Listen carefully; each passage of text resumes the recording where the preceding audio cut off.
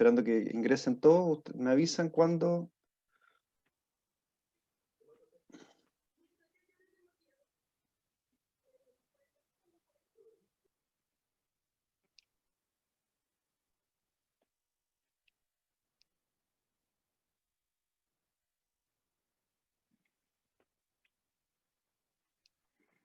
Y a todos vamos a dar inicio a nuestro segundo ciclo de conversatorios que se comprenden dentro de las actividades que organizamos del Diplomado en Derecho Procesal Penal. En esta oportunidad nos acompaña el profesor Gonzalo Medina. El profesor Medina es abogado de la Universidad de Chile y se desempeña como profesor del Departamento de Ciencias Penales de la Facultad de Derecho de dicha casa de estudios. Actualmente es socio de Harasich, Medina y Dalpozo Abogados y consultor senior de Wall Street Group en materia de ética corporativa y compliance. Previamente se desempeñó como jefe de estudios de la Defensoría Penal Pública y posteriormente como socio de los estudios Libedinsky, Medina, Ritorti y compañía y Dalpozo y Medina Abogados.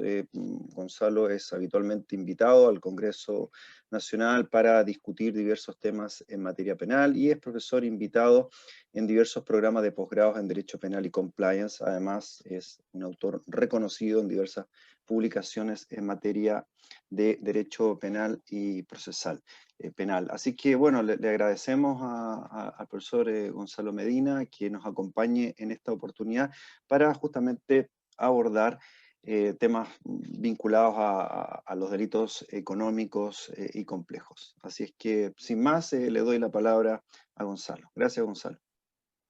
Muchas gracias, muy buenas tardes, Raúl, muy buenas tardes a todas y todos los presentes.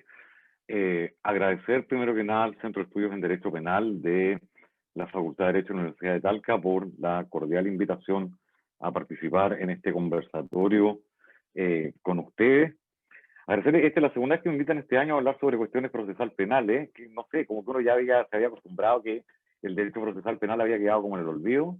Así que nada más que agradecer que el CEDEP esté retomando la buena y sana discusión en materia de proceso penal y uno deje de hablar de compliance, que a esta altura, por mucho que a mí Osvaldo nos guste, yo creo que a todos nos tiene guatones, que ya a esta altura es como derecho romano y compliance, como ya no más criminales de compliance, volvamos a lo que de verdad importa. Prueba y en general problemas procesal penales en materia de delitos económicos es un tema que lo primero que uno sorprende al tratar de abordarlo dogmáticamente es la falta de un abordaje sistemático del mismo. Uno no encuentra en la literatura trabajos que aborden en particular con mucha intensidad los problemas del proceso penal, a pesar de que es un área que progresivamente ha encontrado mayor especialización cuando uno lo va mirando a nivel de derecho comparado. Si uno se fija, por ejemplo, los alemanes tienen una jurisdicción especializada, las Wirtschaftsstrafrechtskammer, que están dedicadas al conocimiento de asuntos en materia penal económica, con un amplio catálogo de asuntos que conocen, cuestión que en Chile todavía no hemos llegado ni siquiera a pensar en una especialización por el estilo, pero que lo hemos encontrado brevemente, únicamente en ciertas unidades de la Fiscalía que han ido creando con el transcurrir del tiempo unidades especializadas. La policía quizás es la más especializada en esta materia, la policía de investigaciones, con ciertas unidades particularmente especializadas en algunas áreas de criminalidad, pero el proceso en particular no es un proceso penal que esté diseñado para el conocimiento de asuntos en materia penal económica. Y yo creo que hay varias cosas que hacen que la manera en la cual la estructura del proceso penal chileno está diseñado revelan que no está diseñado para hacerse cargo de la criminalidad económica. Y cuando hablo de criminalidad económica no me estoy refiriendo particularmente a la criminalidad más sencilla de orden patrimonial, la cual es fácilmente abordable con el aparataje y estructura que tiene el proceso penal chileno, sino que me estoy refiriendo, por lo tanto, las estafas, apropiaciones indebidas o ese tipo de delitos claramente no son un problema de manejo para el sistema procesal penal, pero sí lo son mucho más las cuestiones que tienen que ver con lo que uno podría entender criminalidad económica más en sentido estricto. Esto es, delitos cometidos habitualmente en el seno de personas jurídicas u organizaciones empresariales con cierto nivel de complejidad organizacional, cuando uno ve también la utilización de métodos de operación relativamente sofisticados. Pensemos que para los estándares del proceso penal chileno, ya cuando hay 2 o 3 escrituras metidas en algo, parece ser algo sofisticado, lo cual es medio casi divertido, para ponerlo de alguna manera. Yo siempre me río, esto no lo digo con ningún afán de pelambre, sino lo digo con, aunque no lo puedan creer, con todo mi aprecio por Carlos Gajardo, pero que el fiscal que llevaba que era en ese minuto el caso más importante de delito económico en Chile, como era el caso Penta, reconociera en la audiencia que había aprendido lo que era un forward, porque se lo habían tenido que explicar los imputados mientras declaraban con él, no habla muy bien de la especialización de los fiscales en materia penal económica. O sea, esos son conocimientos de finanzas básicos que cualquier fiscal que se dedicara a llevar casos de alta complejidad económica debiera llevar, pero eso es, como les digo, un defecto no del fiscal en particular que menciono, sino más bien de la formación y de la manera en la cual está enfocado el ejercicio penal económico. Y lo mismo, yo diría, sucedía a nivel de, o sucede todavía a nivel de tribunales. ¿Qué es lo que genera habitualmente la característica de los juicios penales económicos? Yo diría una serie de dificultades, algunas más bien procedimentales y otras dificultades más bien, para decirlo así, procesales de fondo, para ponerlo en otro término. Si uno quiere ver las dificultades procedimentales que uno está pensando en materia, disculpe, pero hay como 2.000 perros alrededor mío, procedimentales en materia penal económica, estos tienen que ver con el formato en el cual uno encuentra la prueba en este tipo de juicio. Se trata habitualmente de juicios en los cuales la prueba no se encuentra a través, o se obtiene a través de testimonio, sino que esencialmente o a través de prueba documental o a través de prueba pericial. Son las dos grandes, por así decirlo, métodos probatorios acá, y que suelen implicar, por así decirlo, grandes volúmenes de información, y el manejo de esa información y de los grandes volúmenes que uno ve ahí es uno de los primeros problemas que uno tiene. Y a esos primeros problemas me voy a referir, los problemas, por así decirlo, la abundancia de pruebas. Los problemas más bien procesales tienen que ver con otro tipo de complejidades que voy a abordar en unos minutos más, que tienen que ver con el ámbito organizacional en el cual se desenvuelve el proceso penal. Yo diría que en las cuestiones procedimentales, la experiencia chilena está marcada en la historia por el caso del registro civil. El caso del registro civil fue un caso en el cual se atribuía a una empresa externa proveedora de servicios al registro civil, la empresa Tata, participación en un delito de cohecho y a vinculaciones con funcionarios del registro civil, a quienes se atribuía no solo participación en ese hecho, sino también de revelación de secretos funcionarios. Para los que no recuerdan el caso terminó finalmente siendo un solo imputado llevado a juicio oral, el funcionario público, el resto todos con suspensiones condicionales, y con una cosa bien particular, que es que durante mucho tiempo la causa estuvo sobreseída temporalmente. Y estuvo sobreseída temporalmente a propósito de una cautela de garantías que presentaron en su minuto las defensas de los imputados en el caso, porque la causa era absolutamente inentendible, y esa era la verdad. La Fiscalía no era capaz de producir de manera relativamente ni siquiera coherente el contenido de las piezas de investigación, de tal manera de que alguien pudiera acceder a ella.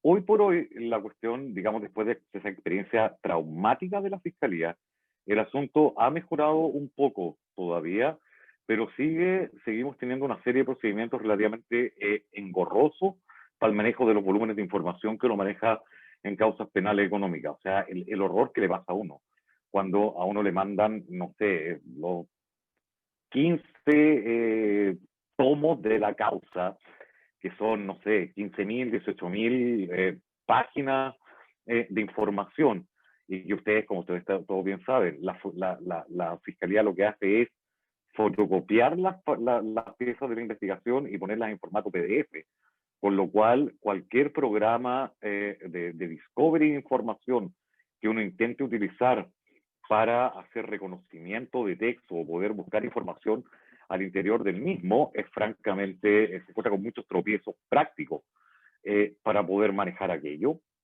y por lo tanto uno se encuentra absolutamente incapacitado de una gestión relativamente razonable o sensata de la información que está contenida ahí. Después estuvo todo el escándalo de las filtraciones, y entonces todas las piezas de la investigación llevaban más encima estos timbres con los nombres de los abogados, los timbres de agua, en color oscuro, lo cual hacía aún más difícil usar un software de reconocimiento de información. Y súmenle a eso habitualmente que suelen las carpetas de investigación estar repetidas innumerablemente la misma información una y otra vez al interior de la misma, lo cual hace también menos manejable. Yo sé que es una cuestión relativamente pedestre la que mencionó, pero es uno de los problemas a los cuales uno se enfrenta cuando trabaja casos de esta complejidad. Es un volumen enorme de información puesto en un formato absolutamente poco razonable para el manejo sistemático y ordenado del mismo y de cualquiera que quiera enfrentarse a él. Y esto genera obviamente largos retrasos, abandonos en las defensas, largos tiempos para la preparación para asumir las nuevas defensas y poder preparar la información, falta de dinamismo en la realización de las audiencias cuando uno está buscando piezas, etcétera, etcétera. Y es lo que genera de alguna manera esta poca eficiencia, sí, en el manejo de la información de las causas. Un segundo problema, yo les diría, que uno se enfrenta por los grandes volúmenes de información que habitualmente implican este tipo de causa, es, esto parece broma, pero es, a ver, en todas las películas de abogados, que ustedes me imagino que se están metidos un jueves en la tarde en un seminario sobre esto, porque ven películas de abogados, igual que yo, no puedes, no, carecen de vida igual que yo, porque si no, no entiendo qué hacen acá conmigo. Pero en todas las películas de abogados que uno ve habitualmente, está la típica escena esa en que el abogado de la gran corporación le manda a los pobres y tristes abogados cajas y cajas y cajas de información y los sepulta en información. Bueno, eso a uno le pasa también en este tipo de casas, o uno lo hace también, si no es, juguemos exactamente para los dos lados. Son tales los volúmenes de información que quedan acá y tal, por así decirlo, la falta de selectividad en la cual se trabaja en el sistema, porque ustedes saben, las órdenes de incautación son incáutese todo, la contabilidad de los últimos 5 años, los correos electrónicos de todos los ejecutivos de los últimos 5 años, y entonces, boom, llénese de toda la información, que en algunos casos eso conduce también a falta de capacidad de procesar la información y por lo tanto también fenómenos de impunidad por desgaste. Yo recuerdo haberlo vivido a lo menos en un caso. Me anticiparon que tenía que contar cosas divertidas de los casos que había llevado, que eso era como la base divertida de todo esto, así que lo voy a hacer igual. Porque si no, la plata no me la estoy ganando. El caso era la Polar.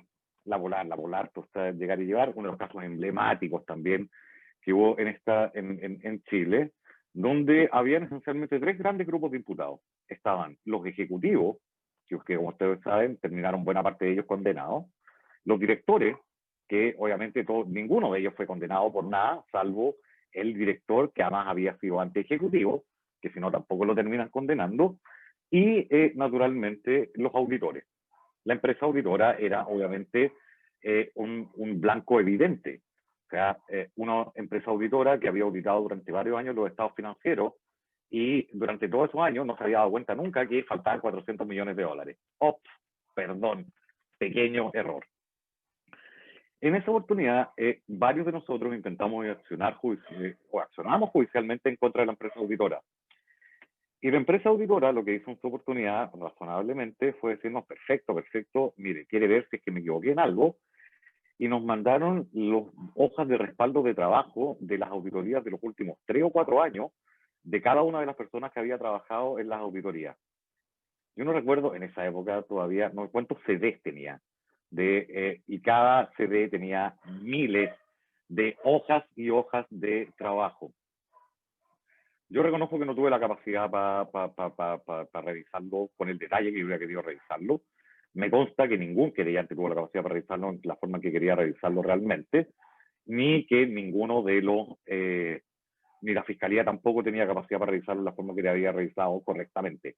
Nadie los tuvo que revisar, y por lo tanto la cuestión terminó como terminan todos estos casos, con un DNP, decisión de no perseverar, porque debería llamarse decisión de no puedo más, en vez de decisión de no perseverar, porque sinceramente no hay capacidad para seguir investigando una cosa por el estilo. O sea, ya la sola revisión de todos los correos electrónicos, de todos los ejecutivos involucrados en el caso, eran decenas de miles de correos electrónicos. Y solo revisar qué había de información en esos correos electrónicos tomaba suficientes meses como para agotar la capacidad investigativa. Y de ahí, por lo tanto, es que naturalmente la Fiscalía, en un ejercicio absolutamente razonable de recursos, dijo, me voy a centrar en aquellos que parecen más evidentes, y el resto simplemente, bueno, se verán por cómo se están resolviendo hasta el día de hoy. Por vía de litigios civiles, los que estén interesados podrán remandar eventualmente responsabilidades civiles. No es una cuestión extraña, si ustedes se fijan, de las grandes auditoras, la única que ha caído a nivel global en ese sentido fue Arthur Andersen después del escándalo de Enron, y no precisamente por los errores en las auditorías de los estados financieros, sino porque la encontraron triturando los papeles que daban respaldo a la auditoría que habían hecho, cosa que era algo indiciaria de la culpabilidad respecto a su participación en los hechos. E incluso la investigación después terminó absolviendo en buena parte la responsabilidad de la gente de Arthur Andersen.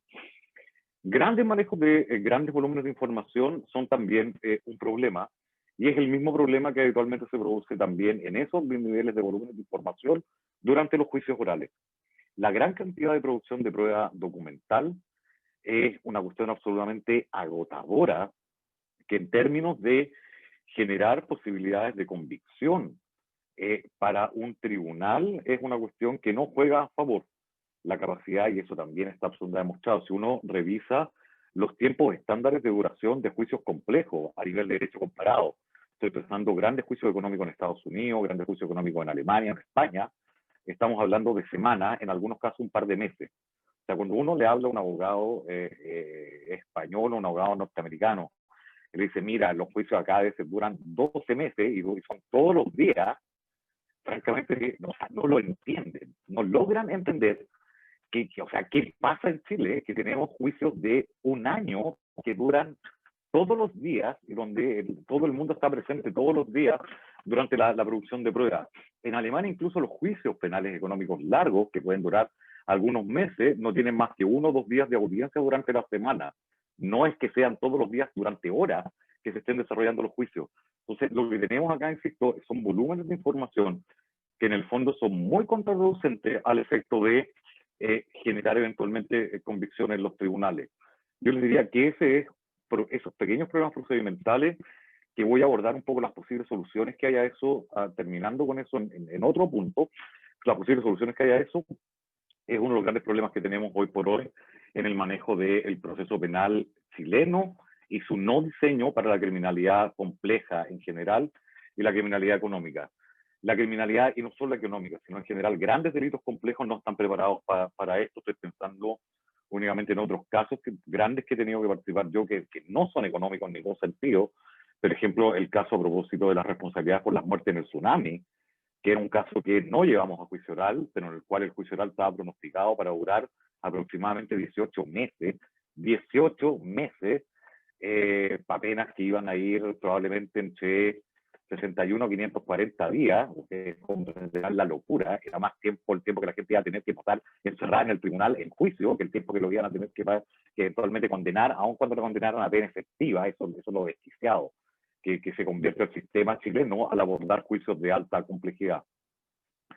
Yo diría que más allá de los problemas estrictamente procedimentales, los otros tipos de problemas que uno encuentra son problemas estrictamente procesales. Y procesales particularmente vinculados, yo creo, a una de las audiencias que se ha tornado en más defectuosa, a mi entender, en el contexto del proceso penal chileno, particularmente para este tipo de juicios, que eso es la audiencia de preparación de juicio oral. La audiencia de preparación de juicio oral es una audiencia que está llamada esencialmente a ser, por así decirlo, la audiencia que limpia la prueba, y la limpia en dos sentidos. La limpia en términos, como decíamos, procedimentales de despejar la prueba que pasa para el debate, para posibilitar un debate racional, al interior del juicio oral, que es un rol que hoy por hoy en los tribunales pero las audiencias de preparación de juicio oral no cumplen esencialmente, porque dejan pasar mucho más pruebas, o sea, los criterios de sobreabundancia, reiteración de la prueba, etcétera, son muy laxos en las audiencias de preparación de juicio oral y se dejan pasar todas más adelante. Y porque en cuanto a las cuestiones sobre ilicitud de la prueba, hay una serie de cuestiones particulares en materia de delitos económicos que no están bien resueltas entre nosotros. Y aquí se torna particularmente expresiva la distinción entre delitos meramente patrimoniales y lo que es criminalidad económica, propiamente tal. Estoy pensando esencialmente en una serie de cuestiones sobre el manejo de la prueba que se genera al interior de las empresas y cómo esa prueba es traspasada posteriormente a los juicios penales y cómo se genera prueba en el ámbito sancionatorio administrativo y cómo esa prueba es llevada también después a los juicios penales. Yo creo que ahí tenemos dos materias no suficientemente abordadas. Yo creo que una muestra de lo segundo, y una mala muestra de lo segundo, es el caso de la colusión de las farmacias. Un caso que fue en algún minuto investigado paralelamente por la Fiscalía Nacional Económica y por la Fiscalía del Ministerio Público. Y entonces, lo que ustedes tenían, estoy hablando tuve una breve participación muy colateral, no lo directo, pero me permitió ver muy de cerca cómo se llevó a cabo. Ahí lo que uno tenía era que la misma gente iba declarando en un lado y en el otro, y lo que iba haciendo la Fiscalía Nacional Económica y la Fiscalía del Ministerio Público, en esa época todavía se llevaban bien, era mandándose la investigación entre uno y otro. Entonces, uno declaraba primero, le mandaba las declaraciones al otro, el otro tomaba declaraciones, las mandaba al otro, y uno y el otro iban avanzando un poco la investigación sacando declaraciones. Todo esto, súmenlo ustedes, y aquí engancho con la primera parte, con las primeras declaraciones que partían hechas por los abogados internos, no, los abogados asesores externos de una de las cadenas de farmacia, que habían conducido una investigación interna, una investigación sin ningún protocolo, ninguno de los protocolos que exigen las investigaciones internas de acuerdo a estándares internacionales, sin advertencia al empleado de que el abogado que lo interrogaba no era el abogado de él, sino que era el abogado de la empresa, sin advertencia de que había posibilidades de autoincriminarse con este tipo de declaraciones que se estaba prestando, sin información de que el secreto profesional no estaba cubierto ahí, que si la empresa quería levantar el secreto profesional, el empleado no tenía derecho a protección alguna, sin información de que, dado que no era el abogado suyo que lo estaba interrogando y que podía autoincriminarse, podía eventualmente requerir asistencia letrada antes de prestar esa declaración, sin ninguno de esos derechos y probablemente coaccionado sobre el hecho de que si no declaraba, podía sufrir consecuencias laborales. O sea, realizadas, por así decirlo, en condiciones de violación de todo lo que es la buena praxis de realización de toma de declaraciones al interior de investigaciones empresariales dicta a nivel global. Nada de eso ha cambiado entre nosotros y las investigaciones internas se siguen haciendo de la misma manera, las declaraciones se siguen tomando de la misma forma, sin las precauciones adecuadas en estos puntos, y esas declaraciones siguen siendo habitualmente libremente usadas a destajo en todo el sistema. Se usa en la investigación administrativa, después se presentan, qué sé yo, los juicios laborales, después de los juicios laborales se manda a traer el expediente y se incorpora en el juicio penal. Lo mismo pasa con las piezas de expedientes administrativos sancionatorios, que se mandan a traer también completos o completos o por partes a los expedientes penales, sin preocuparse que esas investigaciones sancionatorias administrativas no fueron recopiladas ni con bajo una investigación, que es pues, secreta, sin derecho a defensa, etcétera, etcétera. O sea, en condiciones que no son en ningún modo alguno las que uno esperaría para elementos fundantes eventualmente de cargos en materia penal. Ahí tenemos, obviamente, un serio problema de conflicto entre regímenes distintos de obtención de material probatorio y la forma en la cual vamos a asumir que eso se puede incorporar en sede penal. Si no hay una regulación legal de eso, la regla general es que uno debería haber esperado que fuera la audiencia de preparación de juicio oral la que pusiera freno un poco a aquellas cosas. Sin embargo, como les digo, yo creo que aquel fenómeno no sucede. Lo mismo pasa, yo diría, con otra de las pruebas esenciales que hay en materia penal económica, que es la correspondencia electrónica. Yo esto lo he dicho más que algunos de ustedes quizás me lo han escuchado alguna vez, pero yo estoy convencido que decidimos radicar el dolo en la mensajería electrónica. Y esa es como una de las convicciones que yo tengo. Entonces, la cosa más o menos funciona así. Mira, tengo no sé cuánta gente que puede haber participado en un delito. Oye, pero ¿tuvieron dolo?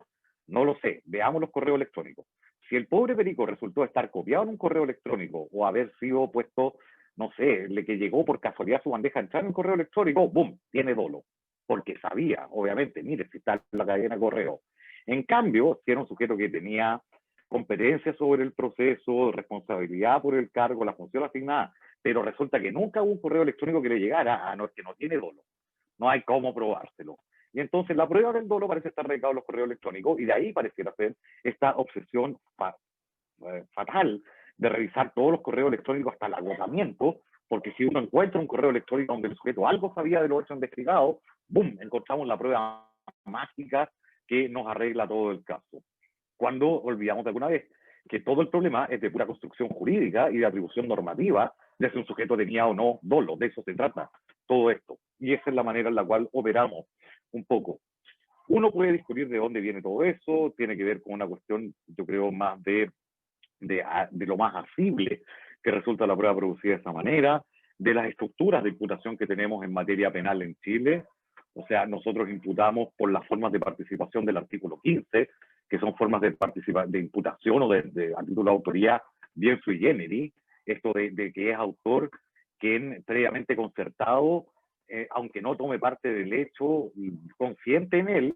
Bueno, es una cuestión que pareciera ser mucho más de alguna manera conciliable con la idea de, bueno, si estaba en los correos, estaba concertado previamente y entonces puedo demostrar de alguna manera el concierto del sujeto, que con formas más sofisticadas de imputación, como son, por ejemplo, la imputación a título de omisión impropia por posición de garante, que es una cuestión que solo existe en la mente de los penalistas en Chile, porque yo hasta el minuto en mi vida he visto una sola sentencia condenatoria de alguien condenado en un delito económico en virtud de una construcción por omisión impropia. Eso es solamente construcción doctrinaria, salvo que se haya muerto alguien, y preferiblemente un infante. No hay omisión impropia en Chile. Esa es la realidad, y todo se maneja por 15.1 y 15.3. Esa es la manera en la cual eso se construye, y por eso yo creo que trabajamos esencialmente a través de esta obsesión con las pruebas del correo electrónico. El problema con los correos, con que esa sea una prueba tan determinante en materia penal económica, es que el régimen de acceso a correo electrónico en Chile es incomprensible. Si uno revisa en la legislación en materia laboral que regula esto, las leyes en materia informática o protección de datos y los dictámenes de la Dirección del Trabajo, el asunto es inexplicable. O sea, lo que dice parecieran ser dictámenes de la Dirección del Trabajo hechos por gente que nunca usó un correo electrónico. Porque la tesis de la Dirección del Trabajo es, mire, usted puede generar una reglamentación interna que le permita acceder a los correos electrónicos enviados por el empleado, pero no aquellos recibidos por el empleado, como si no conocieran las cadenas de correo. O sea, yo no sé qué correo electrónico conocían, los de los años 80, porque esa es la única manera que logro explicar que esos sean los dictámenes. Entonces, usted puede acceder a los que envía, pero no los que llega, porque en los que llega está involucrado los criterios de privacidad de un tercero ajeno a la empresa. Entonces, en la práctica, nadie puede tener una regulación sensata de acceso a correo electrónico al interior de la empresa, como las que uno tiene en otros países.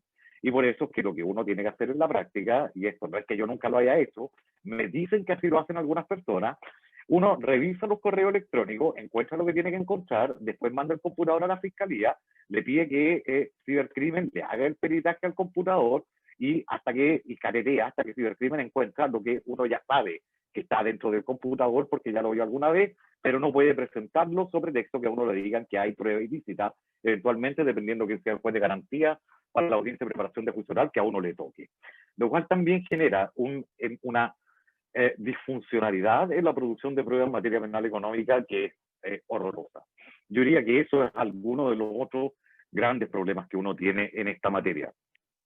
Fuera de eso, nosotros no tenemos, con dos cosas voy concluyendo, ninguna regulación razonable de la protección del secreto profesional. O sea, hay casos en los cuales se incauta todo el material del abogado, hay casos en los cuales no se incautan los materiales de los abogados, no hay ninguna claridad en cómo eso se lleva adelante. Por eso es que en algún minuto terminamos todos absolutamente paranoicos utilizando Telegram o algún otro aparato de software de comunicación, porque todos teníamos la paranoia de que la fiscalía o la policía nos podía interceptar, o mejor, pasándonos todas las cosas en pendrive y juntándonos a tomar café, cuando uno podía juntarse a tomar café, y entregándose las cosas en papeles impresos por la paranoia de que todo podía ser interceptado, porque no tenemos ni una distinción de la doctrina de working product para el producto del trabajo de los abogados, no tenemos ninguna de las distinciones tradicionales que uno encuentra, a lo menos en el debate del derecho comparado, donde uno discute, bueno, que hay un estatus diferenciado para el abogado in-house respecto del abogado externo, para qué tipo de abogado externo y bajo qué condiciones vamos a tener reglas especiales de protección del secreto profesional. Nosotros ni siquiera llegamos a eso, el código de ética profesional del Colegio de Abogados tampoco siquiera lo aborda y no tenemos ninguna producción en la materia. Por último, quiero cerrar únicamente diciéndoles que en el contexto del proyecto de ley de delitos económicos que actualmente se tramita en la Comisión de Constitución de la Cámara de Diputados, que es un proyecto que aborda esencialmente cuestiones de determinación de pena, del régimen del comiso, modificaciones de la ley de responsabilidad penal de personas jurídicas y algunas modificaciones de la parte especial. La Comisión de Constitución nos encargó al grupo de profesores que estábamos asesorándolo que le propusiéramos algunas reglas en materia procesal penal que complementaron un poco la estructura del proceso del proyecto. La verdad es que insistían en pedirnos algo sobre la acción penal, porque lo único que nos obsesiona es la acción penal tributaria y libre competencia, cuestión que a nosotros no nos obsesiona, y por lo tanto probablemente lo que les vamos a proponer no sea nada de eso, sino algunas reglas sobre técnicas especiales de investigación, porque ahí tiene que haber alguna regulación, en la obtención, por ejemplo, de pruebas sujetas a confidencialidad, en el uso, por ejemplo, de técnicas de agente encubierto, que es una cuestión que uno debiera pensar razonablemente también como una herramienta necesaria para cierto tipo de delitos económicos, y las otras reglas son reglas de simplificación de la producción de la prueba durante el juicio oral, sobre todo para prueba pericial y en términos de prueba documental, para hacer de los juicios orales una cuestión relativamente razonable y no los monstruos que están desarrollándose ahora. Esas son algunas de las reflexiones que espero de alguna utilidad sean, y lo he tratado de hacer con la mayor organicidad posible que he podido en una materia que, como le insisto, no es del abordaje sistemático habitual por parte de la dogmática penal o procesal penal, pero espero que por lo menos sirva como espacio de discusión para las cuestiones vinculadas al proceso penal y las dificultades en materia probatoria en delitos económicos. Muchas gracias. Bueno, muchísimas gracias, Gonzalo, por tu excelente exposición, donde has dado lugar a diversos temas que podamos discutir. Y bueno, este es el momento en que se abre el espacio como para que ustedes puedan formular sus preguntas, sus comentarios que quieran realizar al profesor Medina. ¿Osvaldo? Alguien preguntó ya, sí, pero hay una pregunta por escrito. Sí, a ver, la pregunta es de sí, efectivamente, es de Victoria Durán. No sé si está Victoria que ahí. llegó primero. Sí. ¿Victoria? Bueno, la voy a leer porque entonces dice, Victoria de pregunta, ¿cómo se puede resguardar entonces el secreto profesional en los delitos complejos? Ya, yo creo que ahí hay, o sea, la pregunta es, ¿qué debiéramos hacer con el estatus del secreto profesional en delitos complejos? Yo creo que hay varias preguntas sobre eso. Yo creo que tenemos problemas. Lo primero que deberíamos definir es el estatus de diferenciar, creo yo, esa es mi postura, el secreto profesional del abogado in-house respecto al abogado externo. Hay una diferencia significativa y eso está reconocido por lo menos por la jurisprudencia de los tribunales comunitarios europeos entre el estatus del abogado in-house, que es un abogado que está sujeto a un vínculo de dependencia y subordinación, frente a las comunicaciones que existen con abogados externos a la misma empresa. Y por lo tanto, qué cosas vamos a definir como protegidas por el secreto profesional en uno u otro caso, claramente es razonable hacerlo. Porque si uno tuviera una protección a rajatabla de toda cosa en la cual, por así decirlo, mágicamente un abogado la toca y es secreta automáticamente, bastaría que en la empresa la instrucción fuera que todos los correos van con copia al abogado interno, y entonces todos los correos de la empresa serían incautables, lo cual tampoco tiene ningún sentido. Por eso es que la regla tiene que ser que de alguna manera hay ciertos casos de secreto profesional y ciertos casos de secreto no protegido. El problema es que entre nosotros la regla es absolutamente a la inversa. Está todo desprotegido y bajo ciertas condiciones se incauta todo, se revisa todo, y uno tiene que después ir de alguna manera confiando que eso va a ser filtrado en la audiencia de preparación de juicio oral. Pero lograr ese filtro es una cuestión que uno no tiene para nada clara, sobre todo en materia penal económica pasa a ser mucho más delicada y por eso es que es mejor adelantar la barrera, porque esa información sobre todo puede ser usada mucho más fuertemente en alimentos de las cautelares. Como ustedes bien saben, los juicios en materia penal económica tienen una estructura a la inversa. Largos periodos de investigación desformalizados, que habitualmente pueden durar años de investigación desformalizada, que concluyen de alguna manera con la audiencia de formalización, que pasa a tener una estructura de un juicio oral por acta, en lo cual lo que se hace, en buenas cuentas, es que se presentan todas las pruebas recabadas durante todo el tiempo de investigación y estas son leídas en forma de acta, porque se leen las declaraciones, las conclusiones de la orden de investigar, las conclusiones de los peritajes, y se hace una especie de oral de un juicio de acta y que concluye con el veredicto, que es la dictación de una medida cautelar más o menos intensa o no. Y después de aquello que, de hecho, es muy particular, pero la gente percibe, el público en general percibe que ese fue el juicio oral y percibe que la gente es absuelta o condenada en la audiencia de formalización.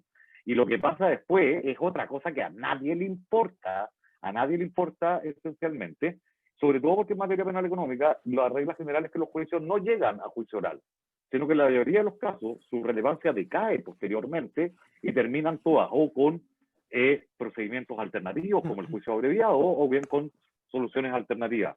Y por eso es que es particularmente delicado el resguardo anticipado del secreto profesional del abogado para que esa información no pueda ser utilizada ni siquiera como antecedente a nivel de la audiencia de formalización. Osvaldo había levantado la mano, si no me equivoco. Bueno, muchas gracias, Gonzalo, por tu excelente exposición. Mira, la verdad es que quiero pedirte que ahondes en algunos aspectos, como esto, un conversatorio, que creo que son especialmente relevantes, y sobre todo el punto de vista más bien de cuál es tu opinión y algunas modificaciones que podríamos tener a nuestro propio sistema, ya sean estructurales o de otro orden, para poder remediarlas. Me pareció especialmente relevante lo que señalaste respecto al rol de los juzgados de garantía, ya sobre todo en la audiencia de preparación del juicio oral y cómo esta audiencia ha ido degenerando en algo que no debiera ser. Entonces, mi pregunta es, si esto tú lo atribuyes a una especie de, o sea, le achaca la responsabilidad a los juzgados de garantía,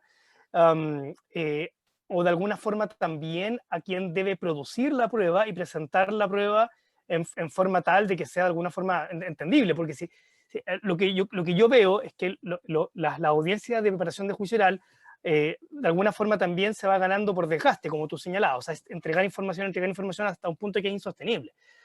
Y lo que pierde ahí es justamente que hay un relato que sea coherente, un relato que sea entendible. Imaginemos, por ejemplo, a futuro un juicio por jurado, lo que se irá a propender, ¿no es cierto?, es que efectivamente el cuento fuera más bien simple, el cuento fuera corto, se entendiera, ¿no es cierto?, por cualquier persona. Y entonces, ¿cómo se podría ir resolviendo, ¿no es cierto?, estas deficiencias que tú detectas en las audiencias de preparación de juicio oral? Eso como primer punto. Un segundo, bueno, y que está vinculado al problema a lo mejor también que sí es estructural del Ministerio Público, ¿no es cierto?, y los problemas relativos a la producción de la prueba y cómo se presenta también incluso frente al juzgado de garantía.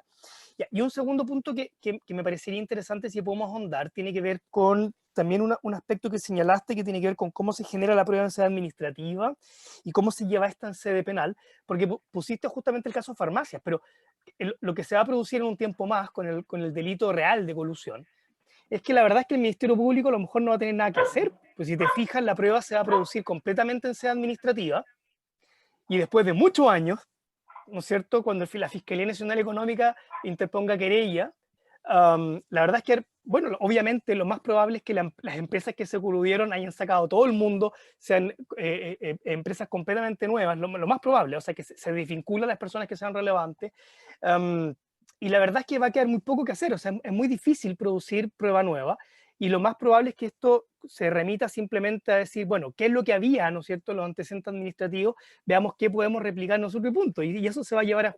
No sé si eso te parece un problema, no, son las reglas del juego, pero ahondar en esos dos aspectos.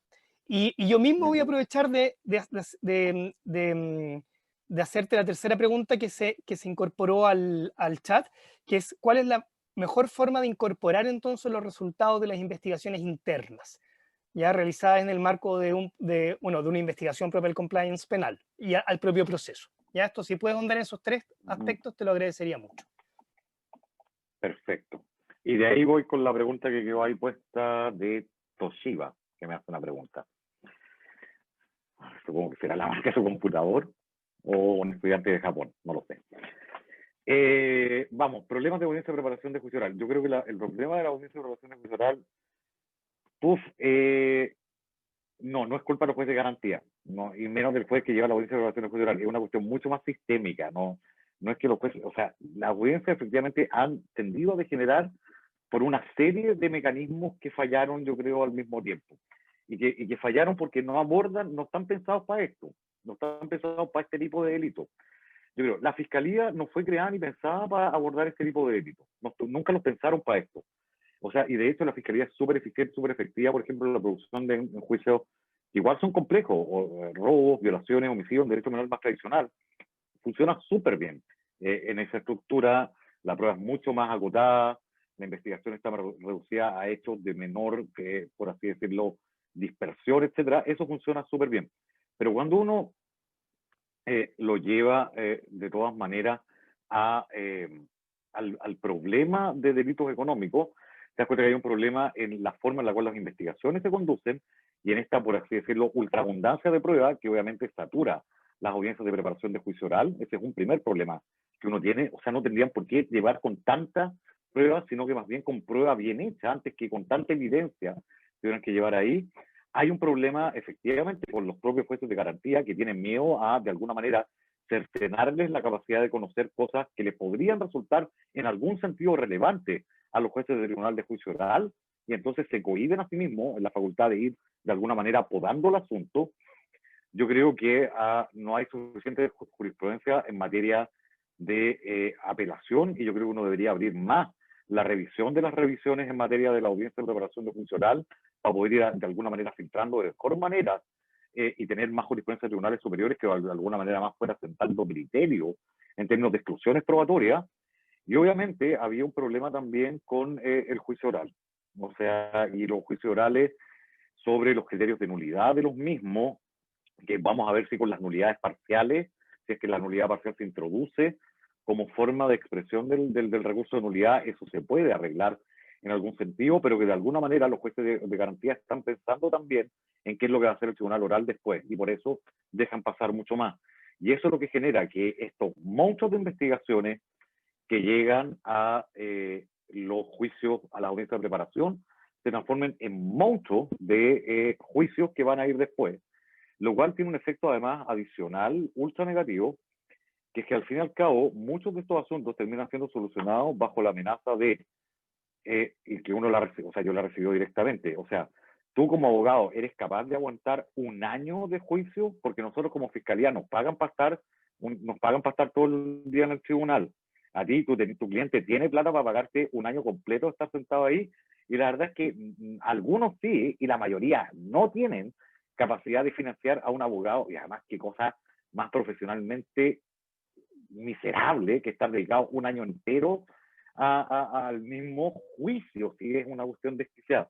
Yo creo, por lo tanto, que hay problemas en las tres sedes, y las tres son las que repercuten a distorsionar un poco esto. Por lo tanto, no se trata de hacer un par de modificaciones legales, oye, vamos a cambiar un poquito la audiencia de preparación de juicio oral, le vamos a colocar un recurso de apelación y el problema se arregla, porque ojalá las cosas se arreglaran tan sencillas. Lo que uno requiere acá es probablemente de un diagnóstico más profundo de estudio de este tipo de juicio en particular, que permita ir generando la revisión de todos los nudos que se presentan. El problema de cómo se genera la prueba en sede administrativa es un problema que no es nuevo, que lo venimos arrastrando en varias áreas. O sea, lo tenemos en materia tributaria, donde tenemos cosas súper extrañas. O sea, piensen ustedes que la investigación penal tributaria que hace el Servicio de Impuestos Internos se llama proceso de recopilación de antecedentes. En un eufemismo que se utilizó durante la generación de las leyes adecuatorias a la reforma procesal penal, y como en esa época se tenía claro que había una facultad privativa de realización de investigaciones de hechos constitutivos de delito por parte del Ministerio Público a nivel constitucional, la creativa solución que le dio el regulador chileno, la legislación, fue entonces para no echarnos la norma constitucional de reserva de la facultad del Ministerio Público, no le coloquemos investigación de delito tributario, sino que le coloquemos proceso de recopilación de antecedentes, que es la investigación penal tributaria conducida por el Departamento de Delitos Tributarios del Servicio de Impuestos Internos, por hechos que se revisten en caracteres de delito tributario. O sea, más investigación penal no puede haber. Y sin embargo, se toman declaraciones, se recibe documentación, se incautan cosas, etcétera, etcétera. Una serie de actividades, lo mismo que pasa en materia de mercado de valores, lo mismo pasa en materia de libre competencia, lo mismo lo vamos a ver vamos a ver recientemente en materia medioambiental, con las investigaciones que hace la Superintendencia de Medio Ambiente, etcétera, etcétera. Esto se irá viendo, o sea, lo estamos viendo en estos días con las investigaciones por 318 TER del nuevo delito de personas jurídicas, a propósito de las fiscalizaciones que hace la CEREMI y los procedimientos sancionatorios administrativos por infracción de la normativa sanitaria, que esto pasa en todas partes. El problema es que nunca tuvimos la idea de, bueno, ¿y cómo trasladamos esto de un lado a otro? Y el problema es que si bien tenemos un proceso penal lleno de resguardos y de garantías, derecho a no autoincriminarse, derecho a la asistencia letrada, derecho a conocer la formulación de cargo, etcétera, etcétera, etcétera, cuando saltamos a toda esta otra área no hay nada de eso. Y yo creo que ese es un problema. Y lo que deberíamos llamar ahí es a generar mayores estándares en esas áreas.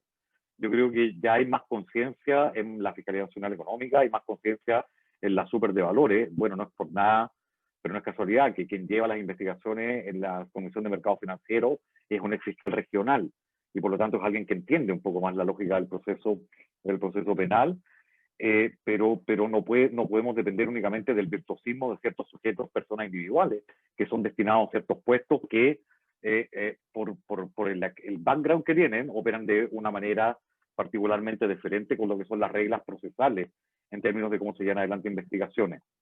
Yo creo que ahí a lo que estamos llamados eventualmente es a una regulación de una ley, por así general, de procedimiento de investigación administrativo, que exige ciertos estándares en esta materia de cómo deberían ser conducidas ciertas investigaciones o todos los procesos, desde el sumario disciplinario administrativo, de ahí para arriba, debería conducirse bajo ciertas reglas, y si no, entender que, bueno, si no, la prueba en la cual se puede sustentar el cargo penal no puede ser aquella que se ha producido bajo condiciones que el proceso penal consideraría como no idónea.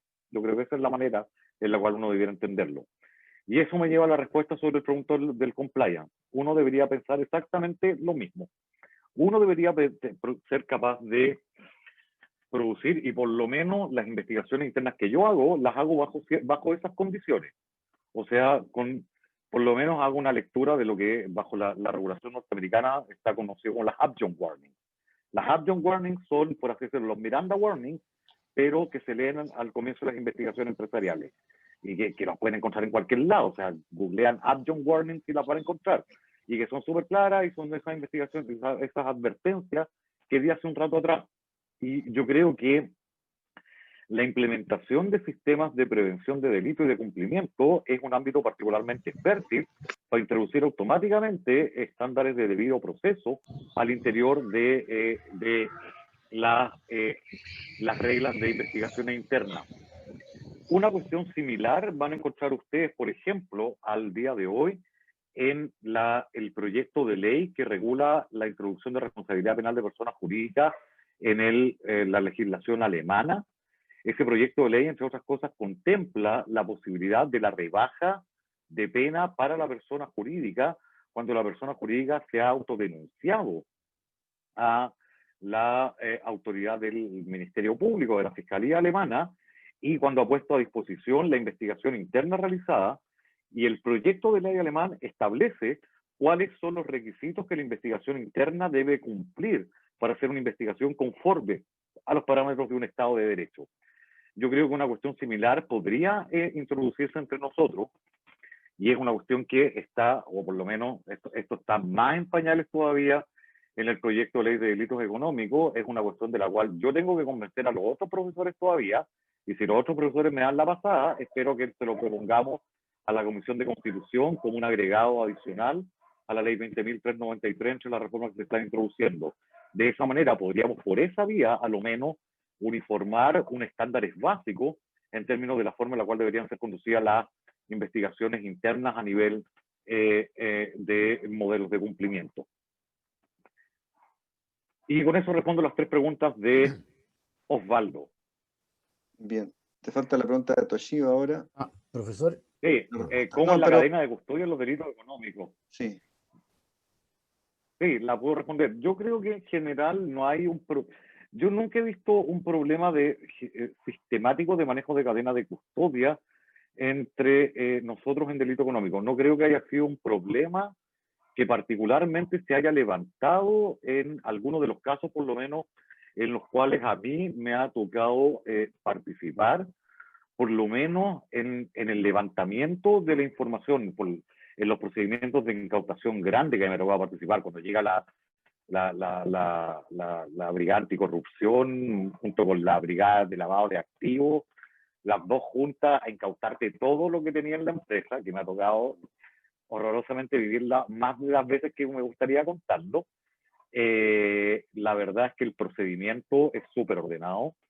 O sea, llegan ellos una persona de informática, se hace un respaldo de todo el disco duro inmediatamente ahí, se deja suficientemente establecido el contenido que hay la gracia de los sistemas informáticos es que uno puede tener una muy buena trazabilidad en términos de la comparación de aquello levantado y aquello de lo incautado y de lo que se ha llevado efectivamente la policía en esos casos, y por lo tanto, en principio, a mí por lo menos no me ha tocado ver un problema con cadena de custodia en materia de delitos económicos. Perfecto. Gracias, Gonzalo. A ver, Pedro Kurt tenía una pregunta. Sí. Gracias, don Raúl. Profesor, ¿cómo está? Me llamó la atención una cosa que dijo y que es muy cierta, que un destacado y conocido fiscal, ex fiscal, a propósito de un caso de importancia, tiene que entrar a aprender lo que es un forward o estudiar ley de mercado de valores, en fin, la complejidad, lo que significan este tipo de delitos. También este fiscal, en este caso de la formalización, como usted dice, si juicio de acta nos decía que él era tonto hasta las 12. Entonces, y esa actuación de formalización de juicio de acta tiene un impacto mediático importante. Y en general, también usted dijo que estos delitos se resuelven vía juicio abreviado en general. La tentación es grande de ir hacia allá por todo lo que significa un juicio oral de esta envergadura.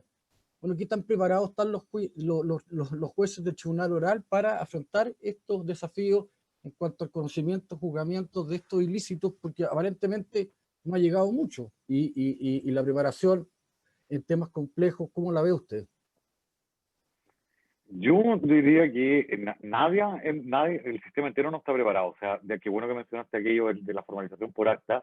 Por ejemplo, una cosa que sería ultra razonable en materia penal económica es que las formalizaciones sean por escrito, un escrito que se presenta, que se le da un plazo para formularle observaciones, y una vez que está por observaciones se entiende por conocido. Porque la tontera esta de mantener, yo siempre le he dicho que nosotros mantenemos un principio de lecturalidad, ya no hay oralidad, hay lecturalidad, y las cosas ya no son actuaciones orales, son actuaciones leídas. Entonces ahí me ha tocado estar, no sé, en una formalización donde la lectura de la formalización son varias horas, y después de la formalización, que se la leen a los imputados, le preguntan, ¿entendió todo lo que dijo el fiscal? Lo cual es una pregunta absolutamente estúpida, porque obviamente el otro es inhumano que alguien se haya concentrado para haber entendido exactamente todo lo que dijo, si es estúpido. Lo que debieran, y además, después que termina, todos los abogados empezamos con, oiga, le queremos pedir si nos pueden pasar copia de la minuta de formalización, que es el documento que utilizó. Y el juez tiene una, los abogados tienen una, y lo que hacemos es juntarnos todos como idiotas en una sala a ir leyendo el mismo papel mientras escuchamos al otro como lo lee en voz alta. Y entonces hemos realizado una actuación oral. Ustedes se dan cuenta lo absurdo, lo pedestre que es todo eso. Cuando lo único razonable, mándemela por escrito, demos un par de días para verla con calma, para leerla bien, y después le diré, bueno, ¿sabe qué? Tengo un par de observaciones que hacer. No solo el Tribunal de Juicio Oral, sino que tampoco los tribunales de garantía están preparados para esto. O sea, a esta altura, el volumen de información que se maneja en estos casos es tan grande que hemos hecho una pantomima de las audiencias.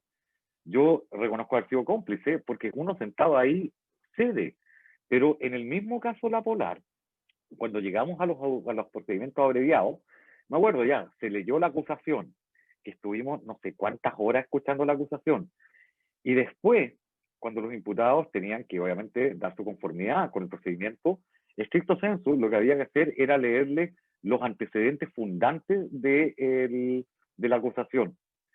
Y entonces nos miramos todos y dijimos, Dios mío, vamos a estar 3 o 4 días escuchando al fiscal leer mail de fecha no sé qué, no sé cuánto, no sé qué, mail, fecha no sé cuánto, no sé qué, mail. Y vamos a estar los 3 o 4 días escuchando leer todo esto.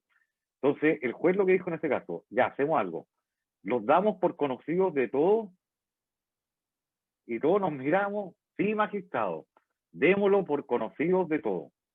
Y en el fondo, ni siquiera se hizo, o sea, era una pantomima de que el imputado hacía como que conocía todos los antecedentes que estaba aceptando al minuto de aceptar responsabilidad en el abreviado. Y entonces después para las apelaciones, uno decía, bueno, pero es que también uno puede imputar la calificación porque el imputado, entre los 15.000 mails que aceptó, había uno que decía tal cosa que me permite afirmar tal otra. Entonces era una cosa absolutamente desquiciada en el manejo de la información. Yo creo que eso también se desprestigia después en el juicio oral, pero eso por un problema general del juicio oral. El juicio oral se ha transformado, si ustedes ven, esto varía de jurisdicción a jurisdicción. Hay algunas jurisdicciones en que las sentencias de juicio oral son mucho más breves que otras. Ahí, por ejemplo, me ha tocado ver las sentencias del Tribunal Oral de la sexta región, hasta al menos hasta un tiempo atrás eran mucho más breves que lo que empezó uno a ver. Si ustedes se dan cuenta, desde el inicio de la reforma procesal penal hasta ahora, los fallos de Tribunal Oral son cada vez más gordos. Y son más gordos porque lo que hacen es una reproducción literal de toda la prueba rendida. Y eso implica, entre otras cosas, que uno de los 3 jueces es el taquígrafo más caro que uno puede contratar, porque uno tiene a un juez de tribunal oral, que es un perico altamente especializado en términos de sus conocimientos, de taquígrafo sentado anotando todo lo que se dice, que además hace un desastre de toda la dinámica de la litigación oral.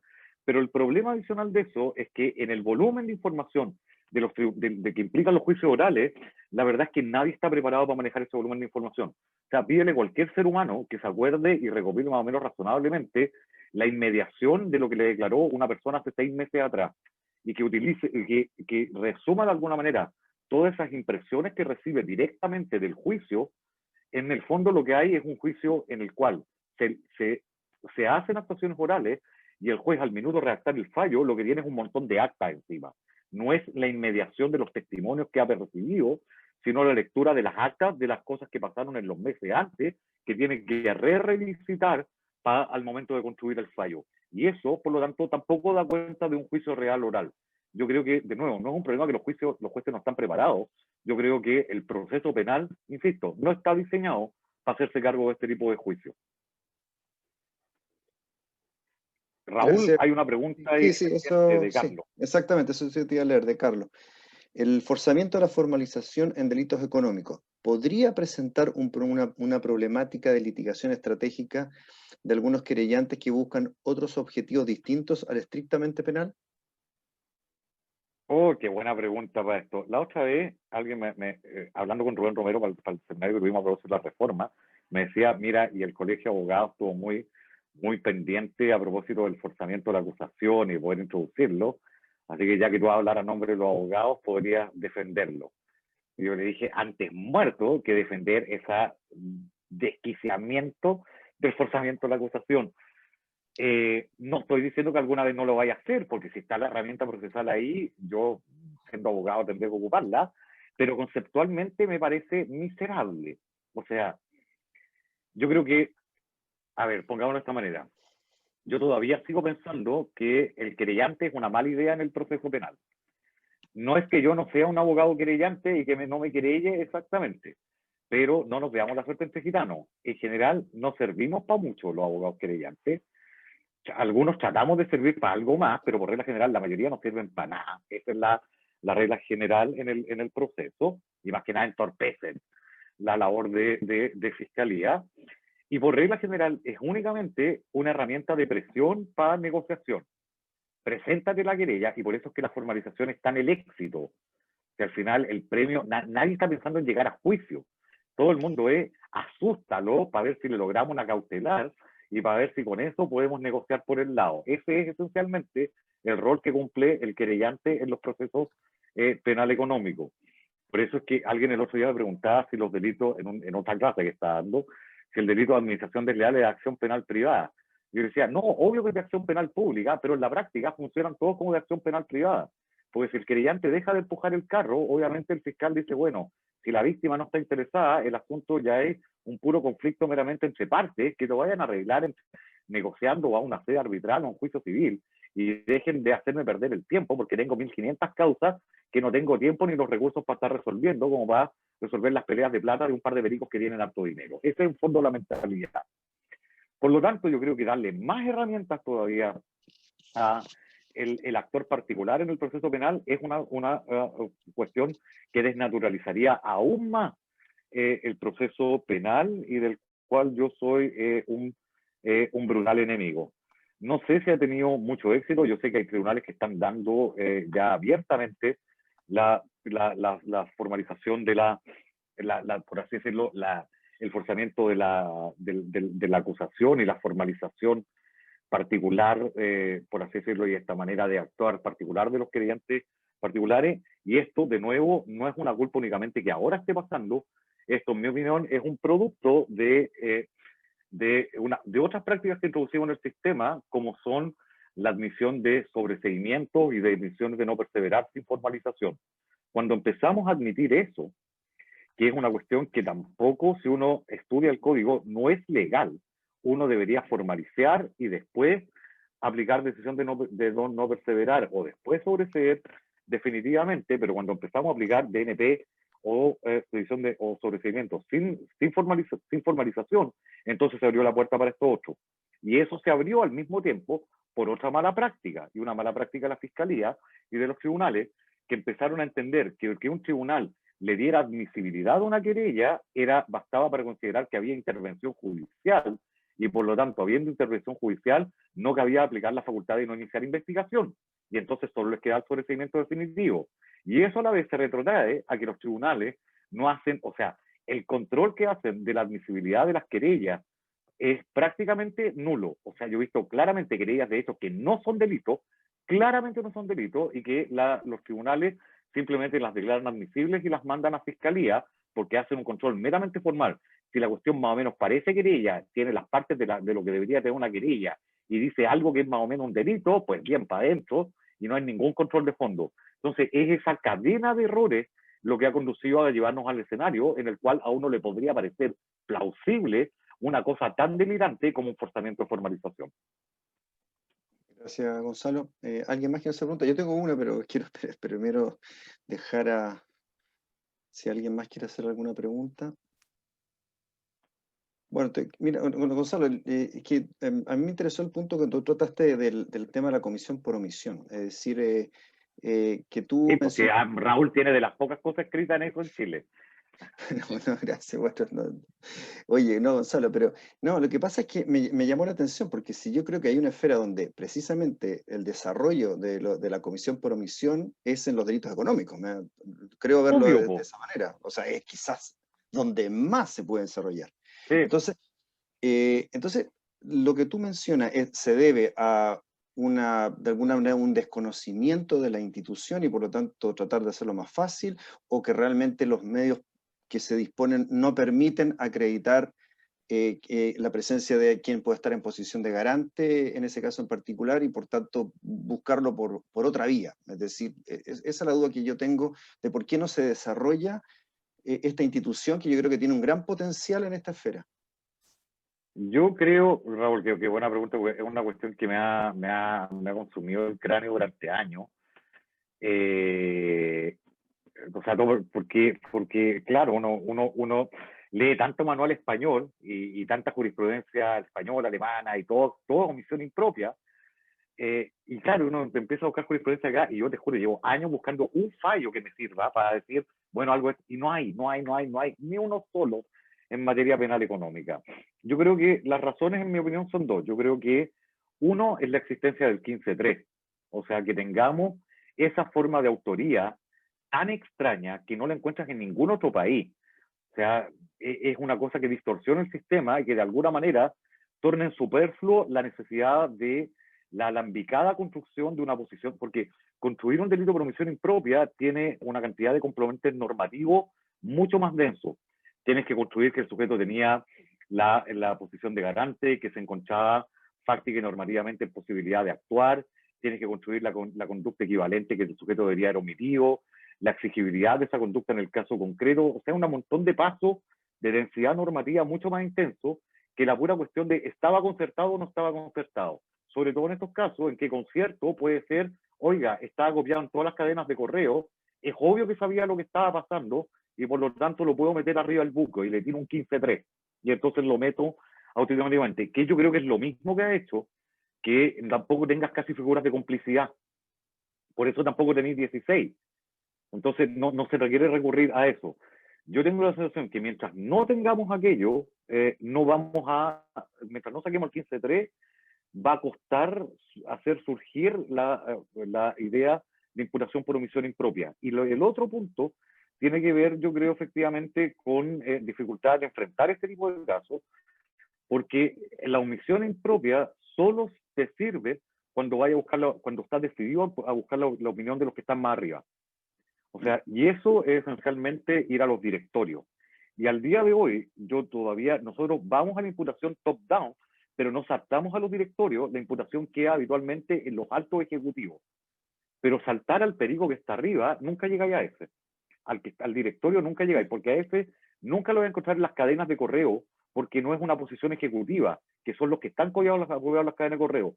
A ese solo puede llegar por posición de garantía y por deber de actuación. Y entonces saltar a ese, cuando la Fiscalía realmente quiera llegar a eso, va a tener que hacerlo bajo figuras de omisión impropia. Yo creo que esos son los dos, es un problema de foco estratégico y un problema normativo. Gracias, Gonzalo. Probablemente el 15 número 3 ayuda, quizá a la Fiscalía le conviene la existencia del 15 número 3, de lo que tú me estás planteando. Es decir, así que probablemente... O sea, yo nunca he visto a la Fiscalía rasgando vestiduras por el línea del 15.3, ¿te das cuenta? Sí. Obvio, es una herramienta súper sencilla para utilizar en términos de cómo construir atribución por alcaldía o título de autoría. Bueno, gracias, Gonzalo. ¿Alguien más quiere hacer alguna pregunta al profesor Medina? Bueno, te agradecemos, Gonzalo, la excelente exposición.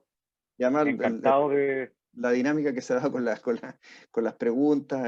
Así es que muchísimas gracias, Gonzalo. Encantado de participar. Espero que les haya sido útil a los asistentes. Espero no haberlos desanimado. Igual litigar en esto es más entretenido que litigar en lo otro. Así que si quieren darle más duro al penal económico, igual uno lo pasa bien dentro de todo. Así que denle nomás para adelante. No era como para sacarme la conferencia encima, ¿ok? Es al revés. Denle para acá, es mucho más divertido. Muchas gracias, Gonzalo. Así que, bueno, agradecer también a quienes asistieron a este conversatorio. Invitarlos para la próxima actividad que lo vamos a tener el 27 de noviembre, en que nos va a acompañar el ministro de la Corte Suprema, don Carlos Quinsemilla, quien va a tratar todos los problemas de nuestro sistema recursivo. Así es que muchísimas gracias y nos vemos próximamente. Bueno, aprovechamos de despedirnos entonces. Gracias, Gonzalo. Muchas gracias, Gonzalo. Excelente exposición.